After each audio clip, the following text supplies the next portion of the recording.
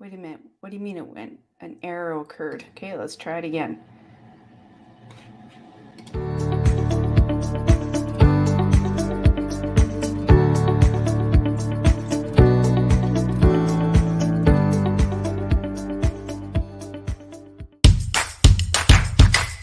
We all have problems, but sometimes there's just that one problem. That problem, you might be saying, I don't know how to fix it. I don't have the method. I don't have the system. I don't have the process. I don't have the resources. I don't have the right people. I don't have enough money. I don't have enough. I don't have customers. We've all been there. We've all been frustrated. We've got that problem and we don't know how to solve it. The greatest minds have solved that problem. And I want to bring them to you so you do not have to be faced with that problem anymore. There's always that problem. But how do we solve it? Welcome, Mr. Coffey. I am glad to be here. It is so and I know you're kind of a little bit under the weather for our audience, but you know what? It's going to be impactful and we are going to solve a problem. Okay, let's do it. Are we fixing leaky sinks or hooking up a new DVD player? What are we doing? Well, we're going to solve the problem about how do you decide when you're a mid-level executive and people are coming after you, the recruiters are coming after you. Do you go to a private equity firm? What does branding look like? What are the strategies behind that? So before we get into that, though, I just want to ask you, I mean, you're a veteran. Thank you for your sacrifice and for your family sacrifice. Pilot. You have, exited multiple businesses. There's only 3,000 billion-dollar companies in the world, and you've exited 2 of them. We're going to talk about that later. You're world renowned for your culture strategies, your employee first thinking, but more importantly, you're a dad. I am. I'm a girl dad. You're a girl dad. So I do have an elder son too. So if he's listening, I don't want to be. You don't want to exclude him, right? But I'm a pound girl dad. Yes. So tell me, in the intersection of all that's going on, personal, professional, career, what is the one thing, that one event that taught you the most in the intersection of all of that? Oh, wow. God, life is an experience. And, I tell my elder kids, when I was a young guy and climbing the corporate ladder at GE, it started in the military, but after the military, when I was climbing the corporate ladder, it's like, boy, I apologize every day. I was a rotten dad. I was chasing promotions and climbing the corporate ladder, and about every 18 months you're moving from one place to another because someone offered you a new title and money. And it's like, boy, those life lessons, there's not one intersection. There's a recognition at some point, and I do tell people too, it's my father, rest his soul, passed away last year, but 90 years old. Wow. Grew up during the Great Depression, World War II, kind of the Korean War era. And, his informed way of thinking was living and growing up in times when everything was rationed and there wasn't enough of anything. Yeah. And so he really instilled in all of us kids kind of those values of, hey, title and money is how you really measure your success in life, and not your debt, but your cash in the bank. And so I was always chasing kind of title and money, and somewhere along the way, I learned that lesson that, hey, don't forget family. Family's more important. And so, my elder kids paid the price for that for sure. And so I apologize to them all the time. Sorry, I was chasing a dream. And now that I have a 9-year-old, and the fact that I'm doing this, call it a second time around, I'm able, as a much more mature person, to have learned those lessons. But there was not one strategic pivot or point, where that crossroad happened. It's like I can look back and reflect now and say, boy, I've been very successful, albeit for, Yeah. the fact that I learned a little bit later in life that you can't replace family. Family is the most important thing there is. Well, and don't you think though, like, I mean, I have twin daughters who are 17 years old. They've seen me, up at 3, bed at 12, doing the grind, right? Because entrepreneurship and building a business, it's a grind and you got to show up persistently all the time and you make sacrifices, right? And so there's a lot of sacrifices that you made. Would your older children today be, how would they explain the sacrifice? And would it be a positive or would it be a negative or would it be a combination of both? I think it'd be a combination for sure. But I know, my elder son, talk about following in footsteps. So I had an Yeah, engineering technical background and, found my way to private equity.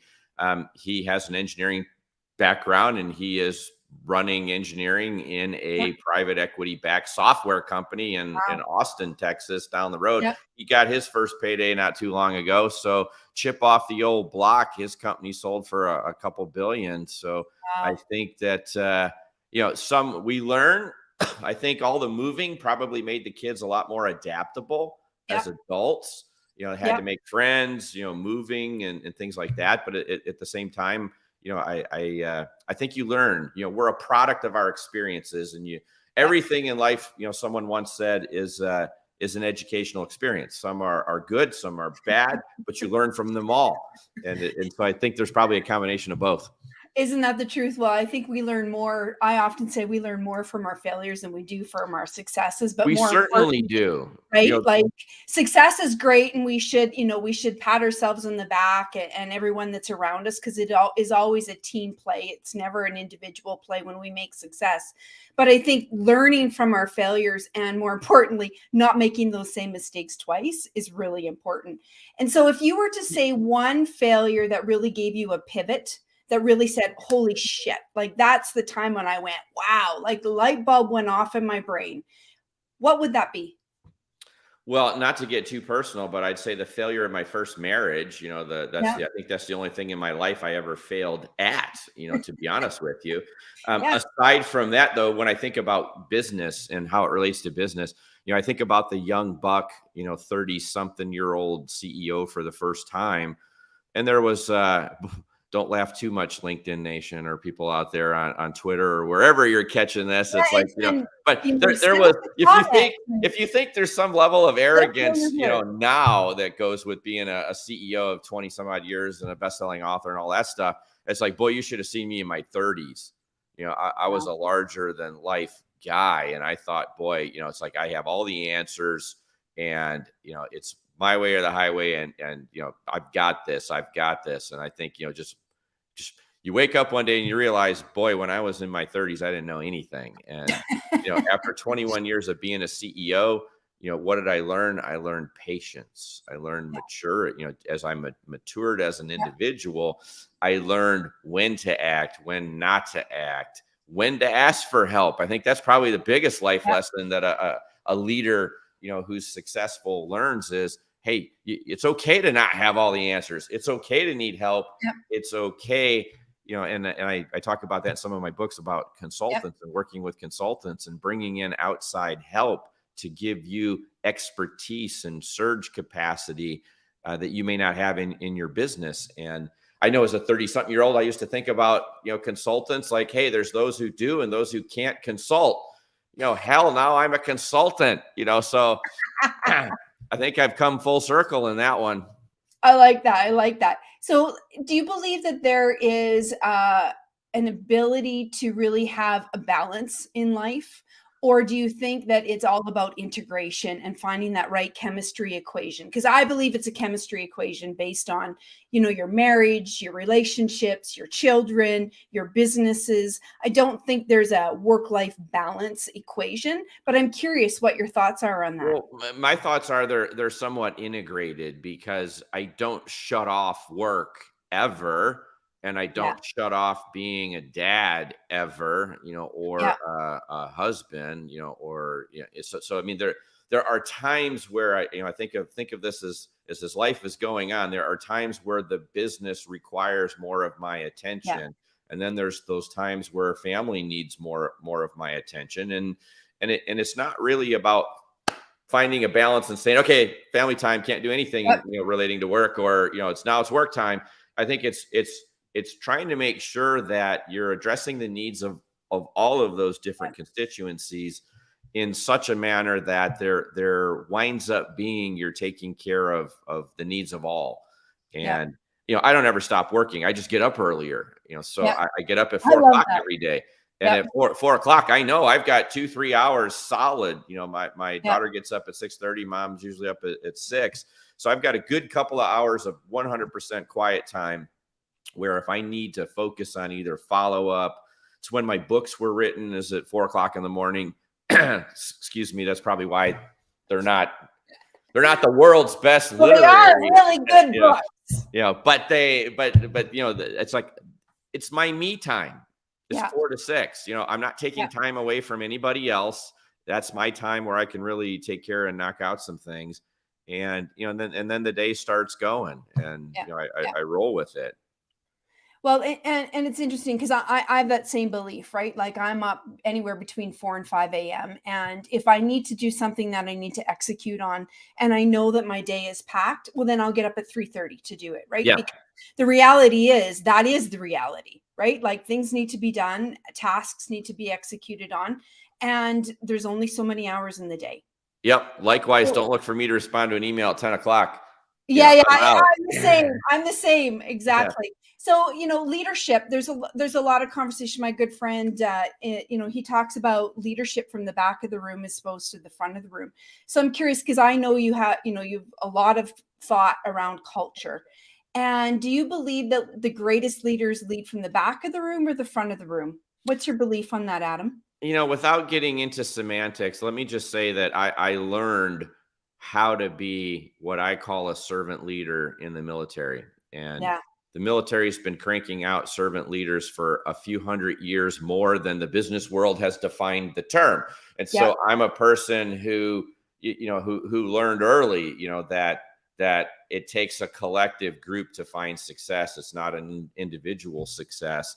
And, as a guy who really climbed the corporate ladder and held every job on an org chart a person can hold in a services business, all of my experiences in services, I valued people at every level of an organization. And so not to sound corny, but most service businesses, if you can't store your product in a box and put it on a shelf and then go get it when you need it, then your product is people. And if your product is people, you better take good care of those people. And so I like to think about, I never manage revenue. I manage culture. And if my product is people, I can't store service in a box. So if I take care of people, I get an engaged workforce. They take care of customers. Customers love it when they get taken care of and get good service. They give us more stuff, and revenue rains from the sky. And so the secret to success is not to manage revenue, it's to manage culture. And in a services business, I call myself a servant leader.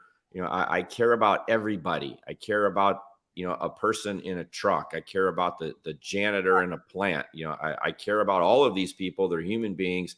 And, God bless me. But I have a responsibility, and I'm glad some of the laws have actually changed, because there's not just a fiduciary responsibility to shareholders to produce profit, but there is also a responsibility to take care of employees and to do what's in their best interest as well. And so I think the biggest life lesson I ever learned as a CEO was that profit and culture are not mutually exclusive. Yeah. You can actually do both. And I would tell you that to maximize potential in a business, culture has to be a big piece of that, because no worker, at any level in an organization is going to give you their blood, sweat, and tears unless they feel appreciated and they feel that they're taken care of. So I've learned that I can maximize the potential of a business. I can maximize shareholder return if I invest in people, take care of people, build a strong culture, and so I call that servant leadership. I don't know if you call that leading out front, leading from the back. I don't know about that one, but I think it's both. Quite Yeah. honestly, I Well, think you have to lead from the front and you have to take a step in the back and allow others to lead as well, right? Peter Clark says, yeah, and I'm a little slow on the comment, but he says, I've heard this from many successful people that the 4 a.m. is the golden hour to start. Peter's a great friend of mine. So thank you, Peter. Appreciate that. It's well, hey, Peter, let me just say something. There is a very interesting study that was done by Harvard, and I believe if you just Google, time management, successful people, Harvard Business Review, I think you can find this. But essentially, what they did is they interviewed a bunch of CEOs. yeah, And it wasn't what made you successful. We're just going to take that for granted. You are successful. You're a CEO of a large company. You've been doing this for a while. And they looked at the attributes of time allocation. oh, And wow. they were looking for correlations between high performing individuals and how they manage their time. And I think that the most interesting takeaway to me was that almost 25% of the calendar time of the vast majority of these people was scheduled to be me time, to be alone time, to be retrospective time. And even if it wasn't scheduled, people like you and I who get up early and Yep. create that time, the most successful people in the world, if you want to say title and being CEOs of big companies is a measure of that. One of their key attributes that they have in common almost across the board is they spend a lot of time alone being introspective and thinking strategically and planning for the Yep. future. And that's an interesting study. People who are out there listening might find enjoyable to read. It's kind of what are the time management habits and how do people allocate their time when they're successful? And that was the biggest key takeaway for me in that study. Well, it's interesting because you said, a lot of me time, right? Like sitting down and really strategically thinking, what does that playbook? You talk a lot about playbooks look like. And when you were talking about culture, it's interesting because I co-founded a company called Belongify. And our mantra really is we put the me and the we back in the right kind of way. And it's all about a people first driven organization, right? And it starts with the leadership. And how do you really create those conditions for people not just to belong, but what you talked about, to thrive, right? To excel, to be able to outperform each other, to be able to feel safe in a comfortable way that they can show up as themselves and really have that meaningful contribution. It's really important. And it does start at leadership. So, how does that play a role for a CEO who's thinking about exiting a company and is thinking about moving over to the private equity firm of another company that is owned by private equity? What is that? How does that play a role? So I think anybody who owns a business, God bless you, to be successful, to create an empire, a business, regardless of what size, if you have an asset built that you're potentially thinking about monetizing, I think of it in many different stages. First, I think, when is the right time to sell? When is the right time to bring in a partner? I wrote an article for Forbes not too long ago where I coined the rule of 130, which is take your age, take the amount of your net worth that's tied up in an illiquid asset known as your business. If it's over 130, that seems to be about the right number where it's time to think about doing something. This world is so volatile and is moving so fast that I think many people who are out there sitting on large personal assets that are illiquid really ought to be evaluating, how do I potentially monetize, get some chips off the table, and diversify my personal world in case something goes south in the world or impacts my business.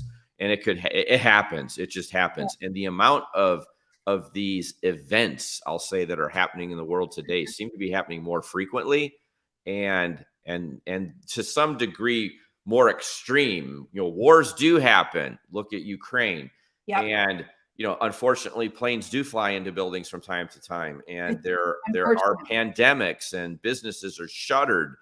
These things can happen, and when they do, it can have a huge negative impact on a person. So I think a person needs to really think about risk and how to de-risk their life, and their family's protection, because that business you value so much today, where all your money's tied up, could get hammered. It could get hit hard and leave you then without that umbrella to give you that coverage in the rain. And so I think it's important to understand and identify that you've got risk. So once you've decided I'm going to do something, then I think a lot of entrepreneurs unfortunately just get up at the last second and they think I'm going to sell my business today. And you know what? I'm pretty good at running a company, and I built this thing, and it's a lot of money, and I got a lot of money, and I got a nice house, and there's a lot of money, and so I know exactly what I'm doing when it's time to sell. And that's the biggest mistake I find entrepreneurs making. As a guy who's bought, dozens and dozens of businesses and has built, billion-dollar businesses. I can tell you that the world and universe of buyers is very sophisticated, and they can smell a novice, in 5 minutes. I could ask a few questions and know I'm dealing with a novice. And if I was an evil person who wanted to take advantage of somebody, I could. I'm not, and I don't. But those sharks are out there, and they're real. So, I think people wake up, selling a business is a mindset. I want to maximize the potential, but more importantly, I want the right outcome. Am I going to keep working? Am I young and just diversifying assets and want to keep rolling? Or am I 70 and want to ride off to the cabin, and go fishing every day? What am I trying to accomplish? And then think about who all the potential buyers are for that business and which ones potentially align better with what it is that I'm trying to accomplish. Once you've navigated all of that, I believe heavily in hiring a competent team of professionals to help you do tax planning and trust assessments and help you put the structure in place to deal with the windfall that you're about to receive. And let's make sure we've got competent legal counsel to make sure that our contract is optimized and we're not being taken advantage of as a seller. And let's make sure that we've got the proper representation, whether it's an investment bank, a broker, dealer, somebody to help us get maximum value for that business while accomplishing the goals. And sometimes it takes a while to get a business prepared for sale when your goal and objective is maximize the potential outcome. But once you become a seller, then be a seller. And certainly private equity is the largest economic force on the planet today. Wow. If you took their 5 trillion plus in assets under management and said, let's find from a GDP perspective, this would be the third largest economic force on the planet behind the US and China.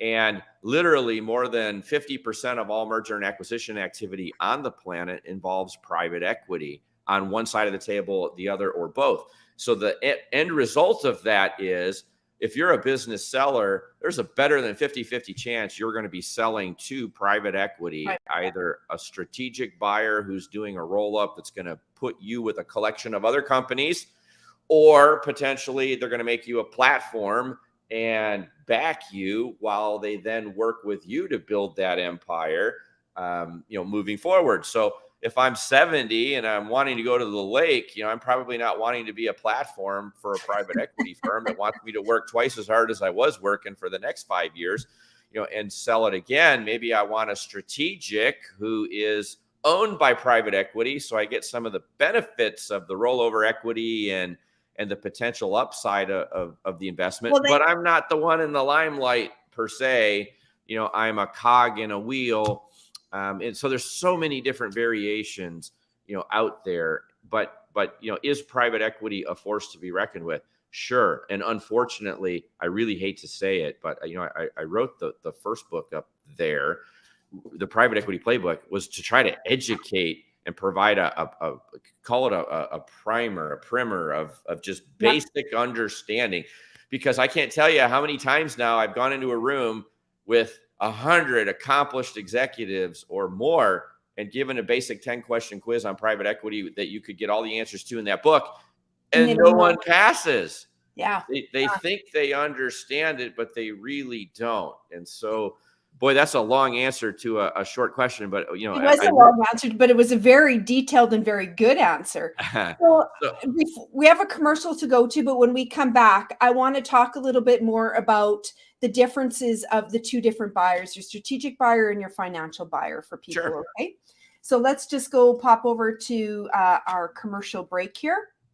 Entrepreneurs who start a business ever get to $1 million in revenue. How many percent is billions? Only 4% of the 7% who get to $1 million in revenue get to 10 million. And how many times did you do it? Oh, dude. Every time. As an engineer and a pilot, that in life we need a plan. Complete plan. Things change. I was a CEO when planes flew into buildings, during great recessions, during pandemics. Life throws us curveballs. They seem to be coming faster than they used to nowadays. And you have to be able to adjust. But, I'm going to talk to you just for a second about an exercise. I teach this. I'll get to that in a minute.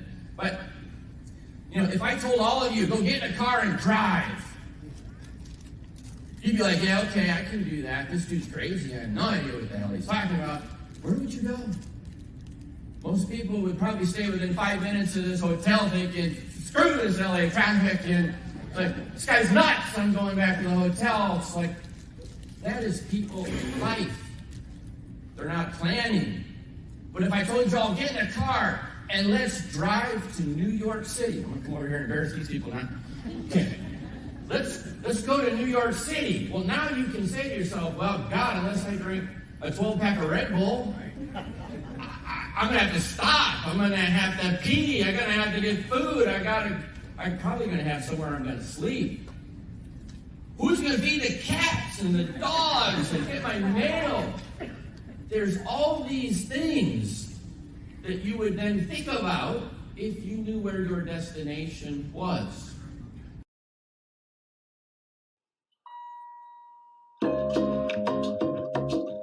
UP knows how to do things in style. This is amazing. Look at the view. Look at the view. Welcome to Viva Las Vegas.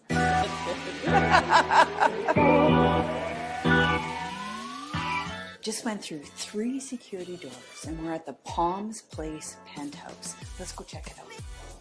Come on with me.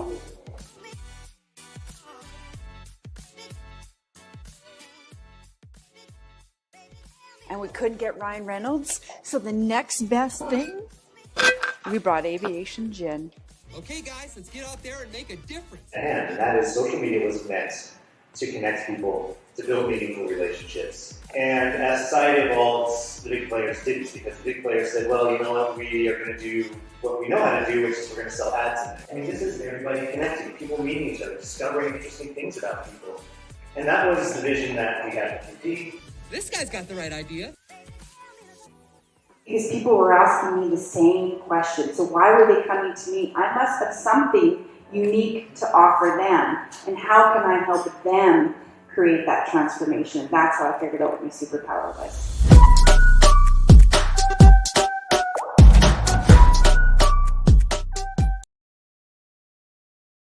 All right, we're back. All right. Okay, so exiting, we have 2 kinds of buyers. We've got a strategic buyer and we have a financial buyer. Tell us a little bit about the difference between the two. And do we plan when we start our business to think about those buyers in mind as an exit? So I think when we start a business, let's answer that part first. When we start a business, we start with the mindset that at some point down the road, we are going to sell this business, period. Full stop. Whatever we've created, this empire at some point needs to get monetized. So I need to be conscious of that as I'm building the enterprise, as I'm growing the business and thinking about what are the things that I need to do to make this business attractive to a potential buyer. You don't necessarily need to know who that buyer is when you're starting, but you kind of need to build to sell, and have that in mind. If you can do that, that's great. If not, you can get any business prepared for sale at some point, and it just takes a little bit of time to do that. But when I think about strategic buyers and I think about financial buyers, 2 separate types of classes. So first of all, a strategic buyer, simply stated, is just when one company buys another. That's it.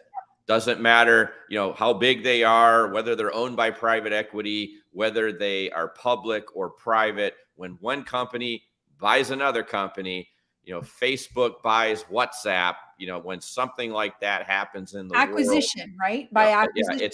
that would be, it's a merger, it's an acquisition. When one company buys another company, that's a strategic buyer. A strategic buyer is an entity. It's a company buying another company. Yeah. And within that universe, there's usually two different kinds of strategic buyers. So, and I'm not thinking public-private. I'm thinking there's turn the lights on, turn the lights off.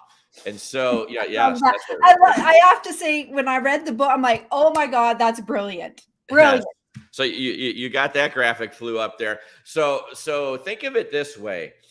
Let's say, and I've run and built companies in both ways. So one company I built, I was a strategic buyer because I was a company buying 34 other companies, putting them together. But essentially, I was jettisoning the entrepreneur who founded them, maybe giving them a 1-year consulting agreement. And I was essentially fully integrating the businesses into the mothership.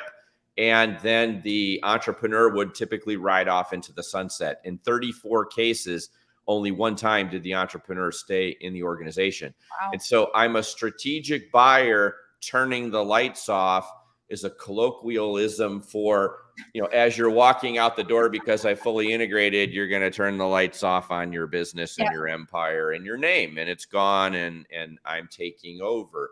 And so when would that be attractive? For the person who's 70 that wants to retire and, says, hey, I'm done. No more game left. I want to go relax and see the grandkids or whatever. It's like, hey, that's a perfect fit. Compare and contrast that, though. My brother and I owned an insurance agency for 15 years, and my brother was in his 60s. His name's Mike. Hi, Mike, if you're watching. And Mike wasn't ready to retire. So in his case, a strategic buyer who would keep the lights on would be attractive. And so in the last company I built that was a roll-up, I bought 23 companies. And 21 of the 23 entrepreneurs are still there. I would have had all 23 stay, but a couple really were 70 and wanted to retire. And so, there are different ways of doing that. For me as the buyer, usually it has to do with revenue and the security and the risk. So if I'm buying a business, how secure is the revenue stream that I'm buying? Does it require the entrepreneur to stay in order to de-risk the potential of losing the revenue that I just paid a bunch of money for? And if I need the entrepreneur to stay, I'm going to make them an aligned rollover investor in the mothership, and I'm going to make them stay, and I'm going to want them to stay. And if they want to ride off into the sunset, they better have a really strong number two, or I better have someone on my bench ready to go in and run it because I need to de-risk, that potential to lose the business that I just bought. And so there's been companies I run where I've done it that way. And then other times it's, hey, you know what? I have to have the entrepreneurs to stay because of the way the relationship selling plays out, the short-term nature of the revenue streams. And if the entrepreneur goes away, I can't guarantee the revenue stream. So then I'm going to be a strategic buyer, keeping the lights on. You don't get to leave. You have to stay. So that's those are the two types of strategic buyers: those who let you leave, and those who put handcuffs on you and chain you to the door and say, no, not so fast.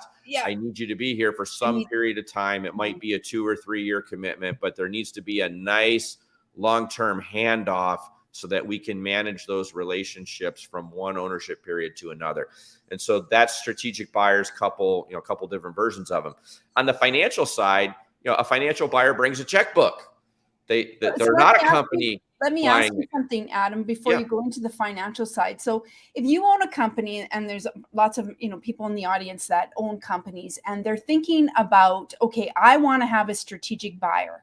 How do they reach out to you? Like, how do they find people like you who buy companies? And, do they reach out to you directly? Do they do a Google search? Like, how does that happen for a company who doesn't maybe have the great opportunity like I do to know you, Adam? Like, how do they find people like you? All of the above. So Gotcha. Really, the strategic buyer, the person who wants to acquire companies, has some effort to build. Think of it just like a sales funnel for any other activity. Typical for me, if I'm in an industry, I'm going to hire what's called a buy-side advisor to, who really literally is just going to help me build a funnel of the 5,000 companies who are in my industry. And I'll give a plug to Harvey and Company, Critical Point Partners, a few that I work with regularly. And their role in life is, hey, I'm a company, I got capital, I want to buy, 40, 50 companies over the next 10 years or more. And they help us build the funnel that I load up top of the acquisition machine. Here's 5,000 potential opportunities. They help me find that. So there are people out there who are doing nothing but looking for companies in a specific industry to buy. Well, I always wondered how that happened, right? Because, you hear lots about like people like yourselves and other folks that I know that are buying companies left, right, and center. And whether it's for as a financial or strategic, I'm thinking, how do you find these companies? Yeah. So I do it three ways. There's three things I do. So first, I'll hire a buy-side advisor to help me build a funnel. Second thing I'll do is a part of my website will be dedicated towards sell me your company. It sounds comical, but literally, if you go to any website of a company I run, there's a tab, sell me your company, and you can click there, and people in an industry kind of learn, hey, I knew this guy, I heard of that company, knew this lady, and it's like, and so bought their company. Maybe I'm going to reach out to them. I mean, very quickly, if I'm buying 20, 30 companies in an industry, people know, hey, there's this company out there who is buying a bunch of companies in our space. And I knew that person and they sold, I'm going to reach out to that company. Yeah. So I want to make an inbound direct to me window that they can walk through. So there's the tab on the website, there's the buy-side advisor.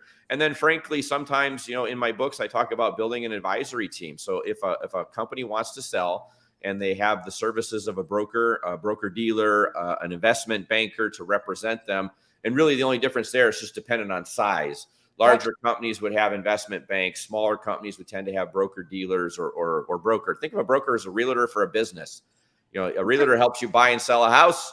A broker helps you buy and sell a company. And so those people would then do the Googling and finding who's buying companies in this space, and they would reach out to me. So about a third of my deals would usually come from a buy-side advisor like a Harvey and Company or a Critical Point. About a third would come to me from broker dealers or investment banks who are doing their outbound reach, on behalf of a seller. And then about a third walked in my front door and came in through the window on my website, and they found us that way. And so I think there's a concerted effort for buyers to find companies. Certainly a seller can be proactive and be reaching out to people that they know are buying companies in an industry or they think there might be a fit. But let's face it, we're not all realtors, right? So it is an area of expertise, and people do develop a really good expertise in doing that. So seldom would I recommend that people just go out on their own and say, I'm going to be for sale. Let me go find a strategic buyer, that does this or that, or a financial buyer. I think selling your business is probably the largest transaction of your entire life. And in order to do that and do it well, most people it's their first time selling. And so they need to level the playing field to make sure that the sharks aren't going to eat them alive by having a team of professionals assembled worth the price of admission, to make sure you're maximizing the value of the business, and to make sure that you're maximizing then also the conditions of the sale, the terms and conditions, to minimize trailing liabilities or any other issues that could come up down the road post sale, and to maximize the tax benefit, through the trust network and all that wonderful stuff, right? Yeah. And it's interesting because I can't say her name. Sorry. What are you looking for in the company before buying? It's Yulia. Yulia, thank you. I think one of the things, one would think as a business owner that, you have to be profitable to sell a company, that the only value proposition at the table is that it's a profitable company and that there is risk mitigation has happened. But is there a time when that's not necessarily the case, that there might be IP or there might be goodwill attached to the company that has a value attached to it, and there might not be profitable? There might be a different strategic reason. Yeah. So Yulia asked probably the best question any human being can ask, because when you are buying companies, the strategy, I call them filters, how I Yep. think about, I think that when you're an acquirer buying businesses, you can make horrific mistakes that will bury you and your effort and your dreams Wow. quickly. You really need to understand and think about, before you look at any business, what does good look like? What are we trying to accomplish? And there may be some financial aspects that you mentioned. For me, if I'm, let's say, at 10% EBITDA margin, I'm Yep. not going to buy anything below that, because below that I'm diluting my own margins. And that's the quickest quickest way to a train wreck is to lower my overall earnings. Thank you, Yep. shareholders, give me more money, I'm going to lower our earnings. So I mean, for me, if I'm at 10%, I'm looking for companies that are 10 to 15%, because if I buy enough of those, rising tide lifts all Yep. ships. Exactly. So there may be financial metrics. I'm looking for certain size revenue, earnings, certain industry verticals, that I want to break into. Normally, there's three strategies when someone's doing buying a bunch of companies. Generally, it's like I'm building density in my existing business, my core business. I want more of the same. So I'm Yep. buying people who would More market historically be saturation. thought of as competitors. I may be looking to make strategic pivots because I don't like the competition in my current core market. So I want to make some strategic pivots to find some blue ocean, some MBA speak for, some new markets that I can get into where there's not as much competition, where I'm not commoditized, and I can charge a higher price and focus more on service rather than just on price. And then other times I want to extend the geographical reach of what I'm doing. I'm a US based company, but I'm only on the West Coast. So I want to get on the East Coast. Or maybe I'm a US company, I want to invade Canada, and I'm learning how to do business in mainland Europe by doing business in Canada. And then I'm going to jump across the pond and land over in the UK.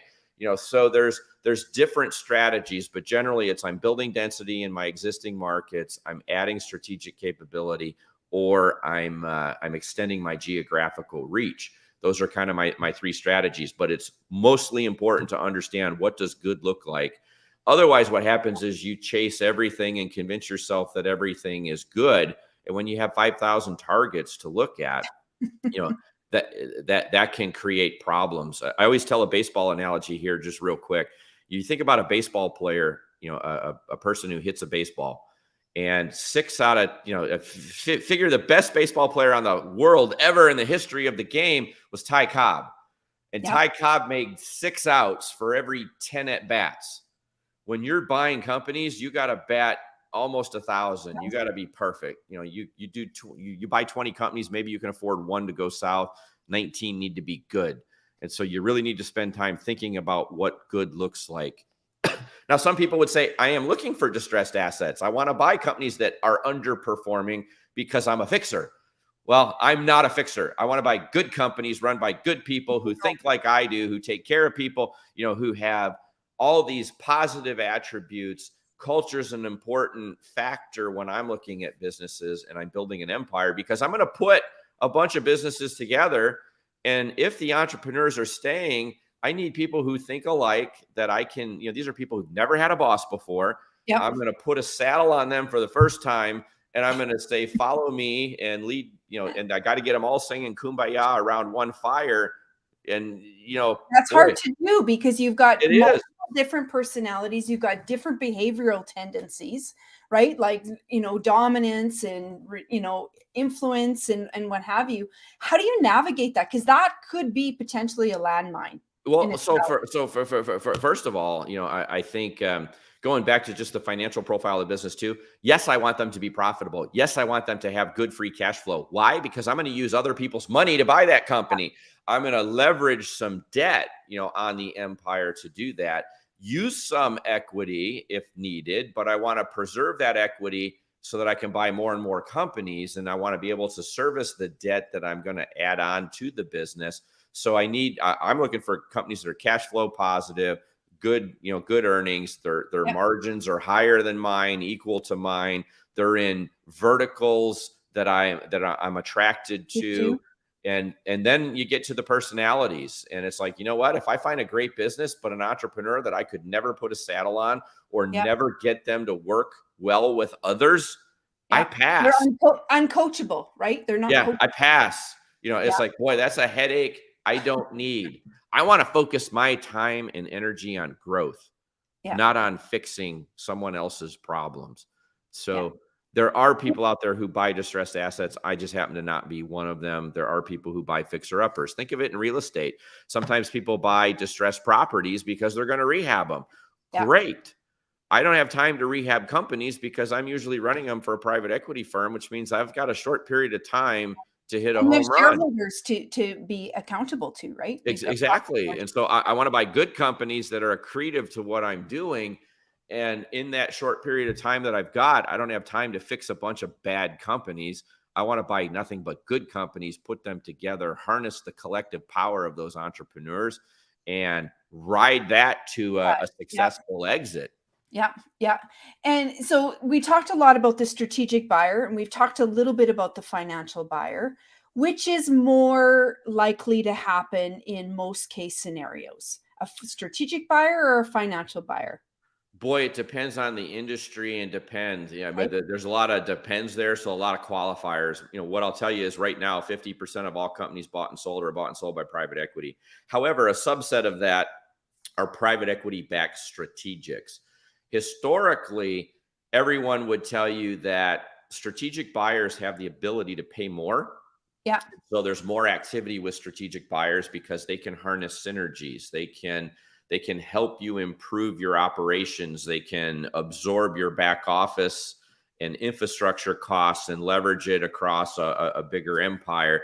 And while that always, is the potential case, the reality is that a lot of times strategic buyers move very slow, especially if they're public. It could take them a year to get a deal done. It could be announced publicly well in advance and then not happen. And for a lot of entrepreneurs, they think of strategic buyers as potential.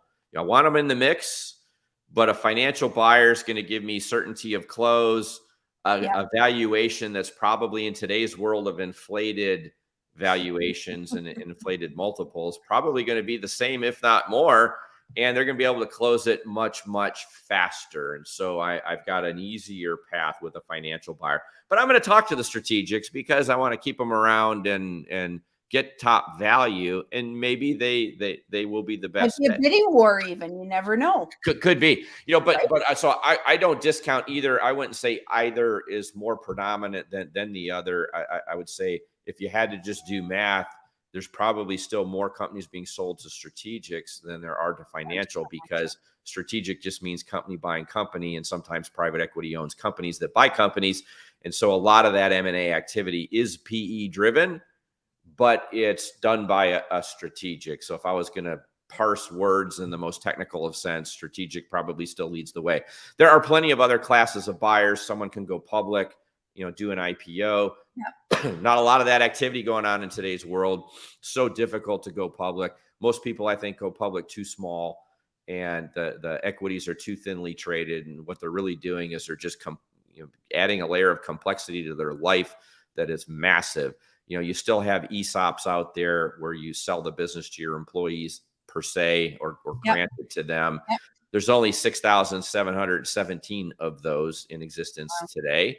But that's another path. Sometimes you think of dentists or doctors or landscape companies or dry cleaners, and potentially they may sell to another operator, an owner operator who's like, hey, I'm going to exit stage left. You're going to come in stage right and keep running the business that I've got going. I see that, most frequently in medical practices where you have a dentist, say, as an example, who's aging out, brings in a young partner, and then over about a 3-year period, they do a handoff. Young person takes over the practice, old guy walks out the door.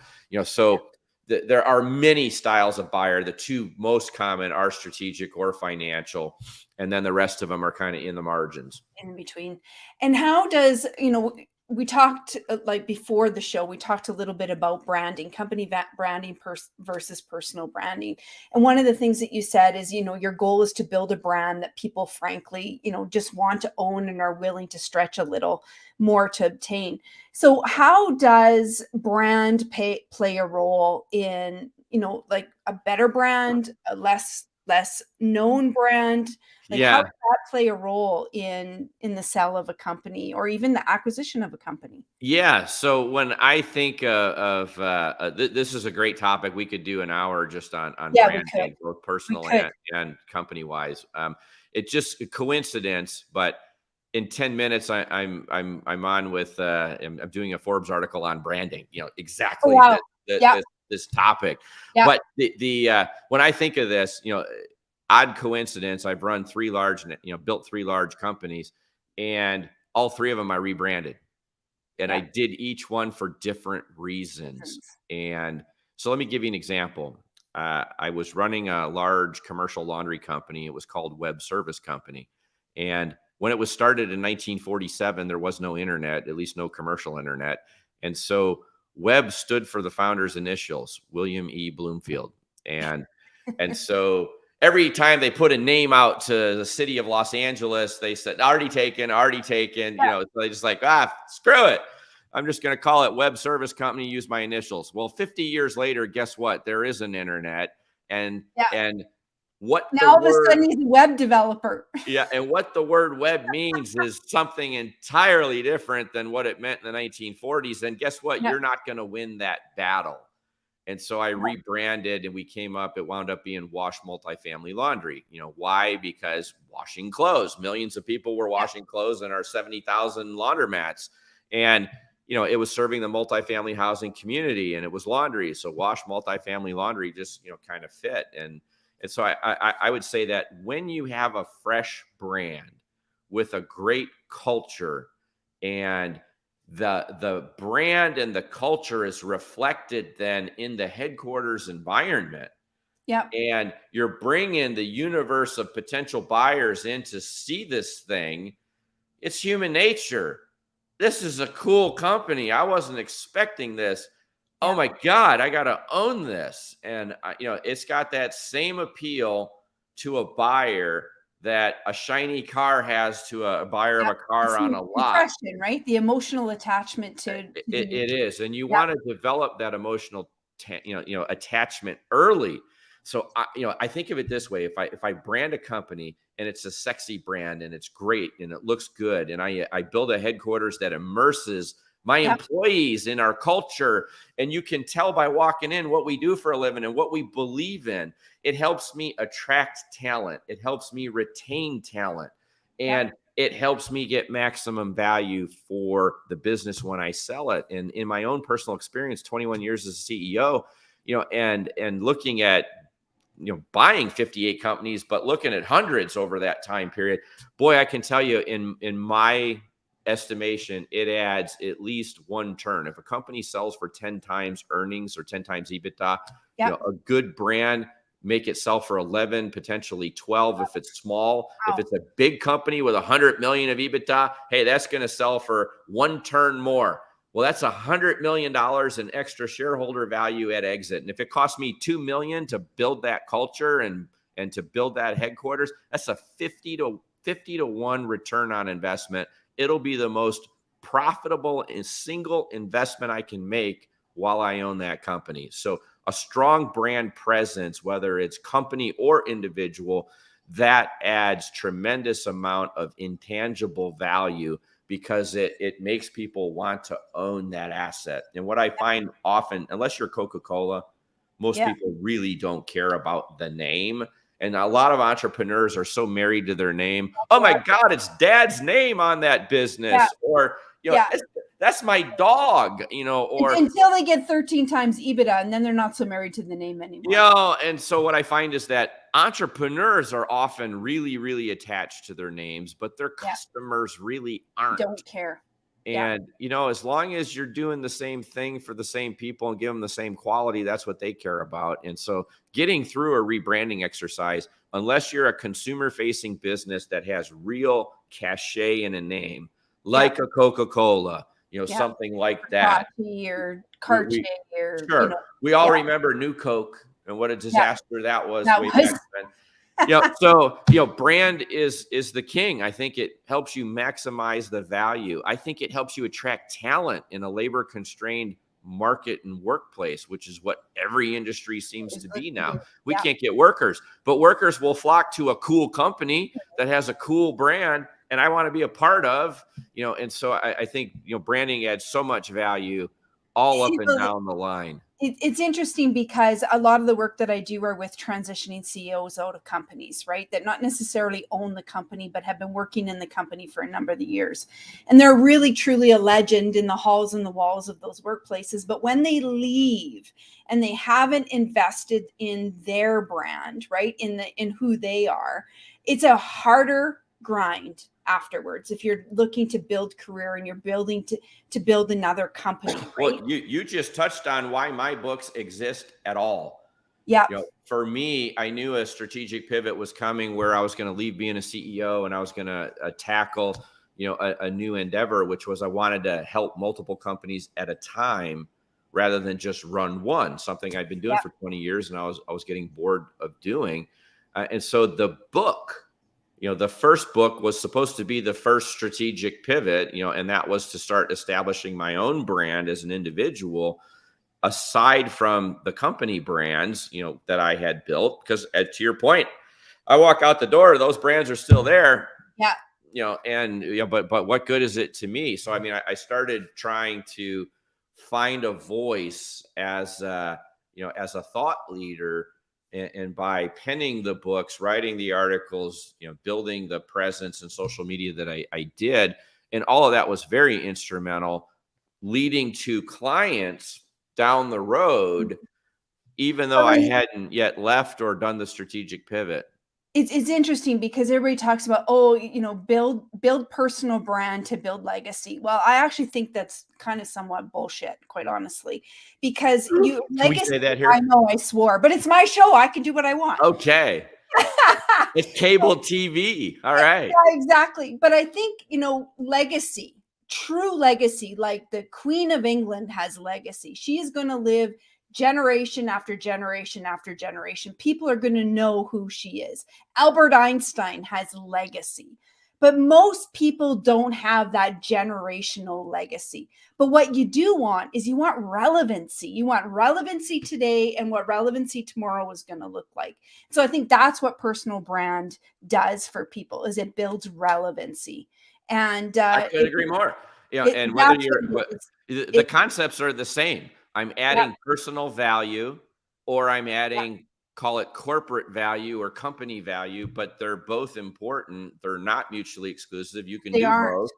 And I think that there's a strong case to be made, certainly for my whole entire life. I can tell you about the value that a strong brand brings to the table. Absolutely. Okay, we got 2 minutes left and I need to be very conscious of your time. So I appreciate it. I think we should have another conversation about branding. Clearly, we have lots to talk about.